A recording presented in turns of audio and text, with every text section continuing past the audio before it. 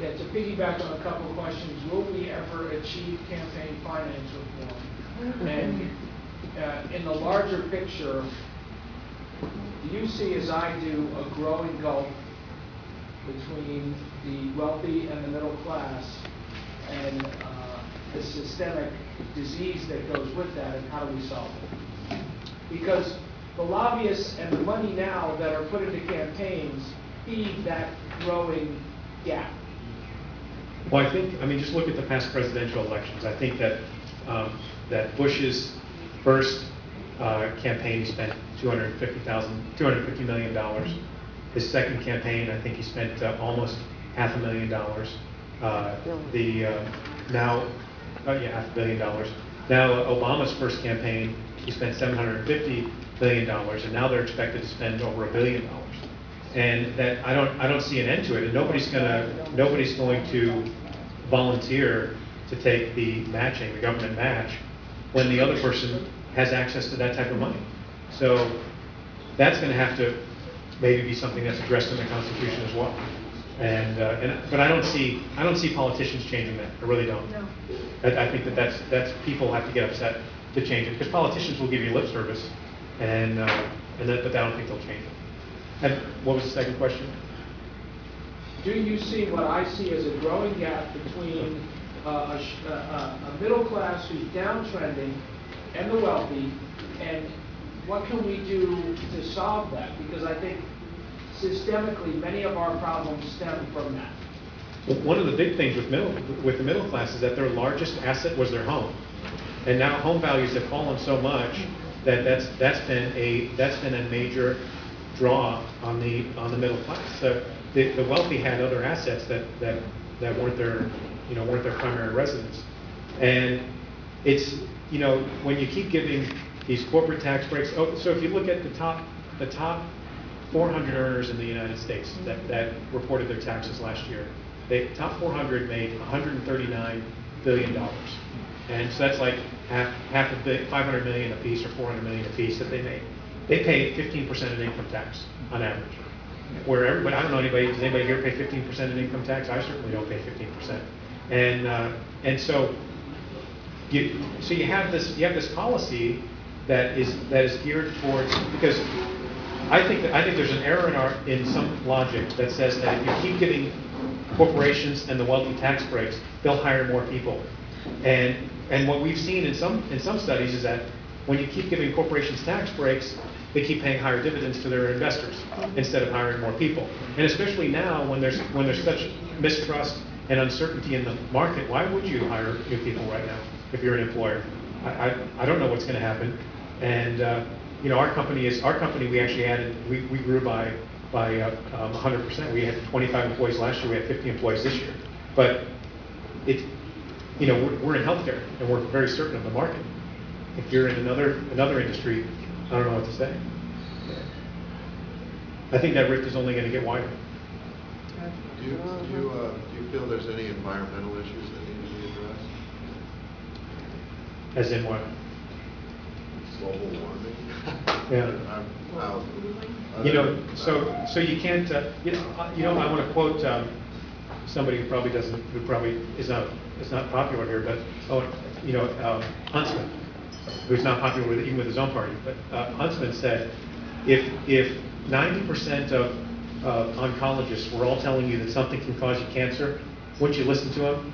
And 90% of scientists are all telling you that humans are causing global warming. Why don't you listen to them? And I think that's a nice analogy to listen to. And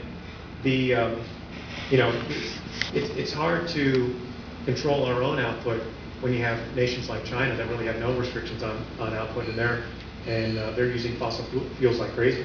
And so this has to be a multinational effort to reduce the output of that. And I think that it helps when we implement new technologies, whether that's solar, wind, nuclear, any of these things that can help generate energy without heating the planet up. I have a bit of an issue with fracking. Is that in the Battlestar Galactica type of? No, fracking is when they go way below the earth and they break up the ground to release the natural gas, which Okay. we have more than anybody on earth, but they put down there the most hideous chemicals that corrupt the groundwater and so on, and there seems to be absolutely no accountability for it and no enforcement, and it seems like just another, like the disaster in the Gulf with the oil problem, this is just a different disaster waiting to happen, and the huge mega companies, oil companies and so on, they're not going to have to account for themselves. I mean, it sounds bad. I don't know anything about it, so I'll have to Oh, look it's into it. horrible. But I think the only one that got the fracking joke was Ed, right? So, In the same vein, tar sands, yeah. you know, coming from Canada. That's Canada. What that, take perspective on that? That's Canada. Yeah, I don't know a lot about that either. All right. Well, thanks. I'll take one more and then I got to get going.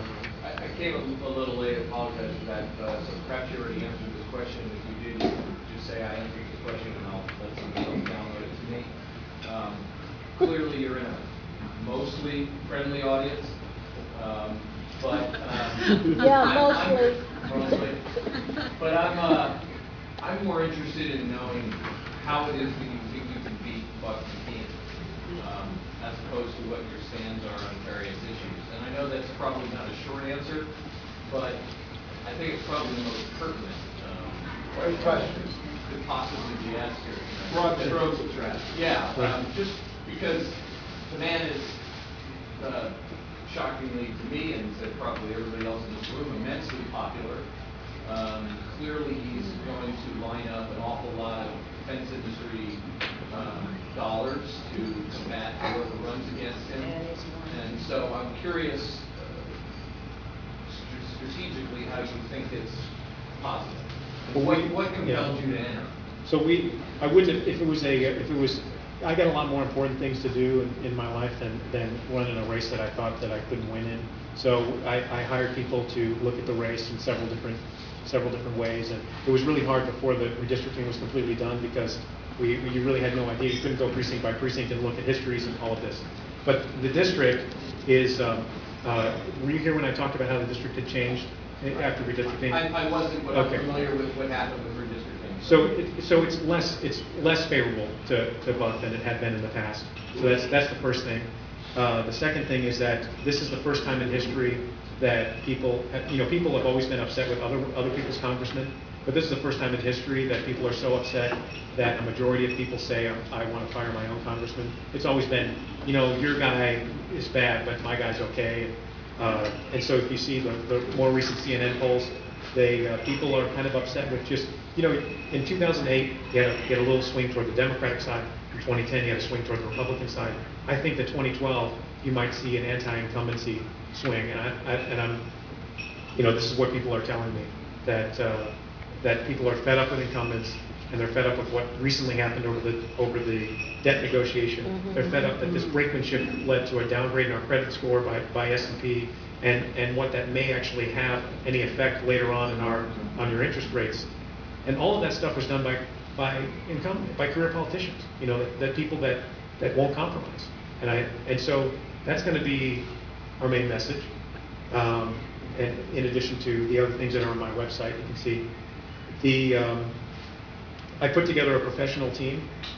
So I'm not going to get into a race and have my wife do this, and Buck has his wife as his treasurer, I think, right? I'm not going to, get into he pays her, I think, $78,000 a year to be his treasurer.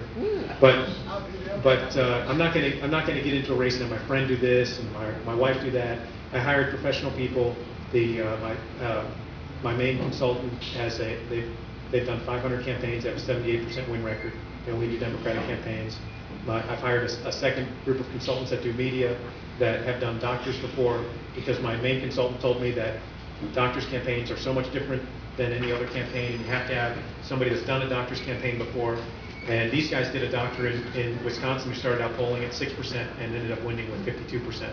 And so you have to surround yourself with the right people. You have to be the right person yourself, but if you don't surround yourself with the right people, it's not going to make any difference. So we're taking a lot of advice, And I think it's a winnable race, and I think it's a winnable district.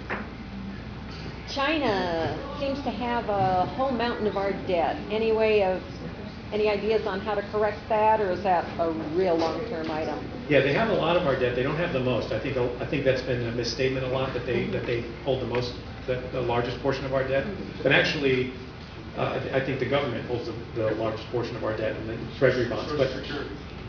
Social Security is a debt The Social Security holds part of the largest debt. in bonds. It's. I think China's probably nervous enough as it is now. You know, looking at our economy and what's happening. And But we renege on it? yeah, right. It's, you know, what do you tell other countries that they can't invest in you? The government wants them to buy it. That's the whole point. They want them to buy it, and then they get out there and they complain that China owns most of our debt, but they're the ones that sold it to them. So I don't know what to say about that.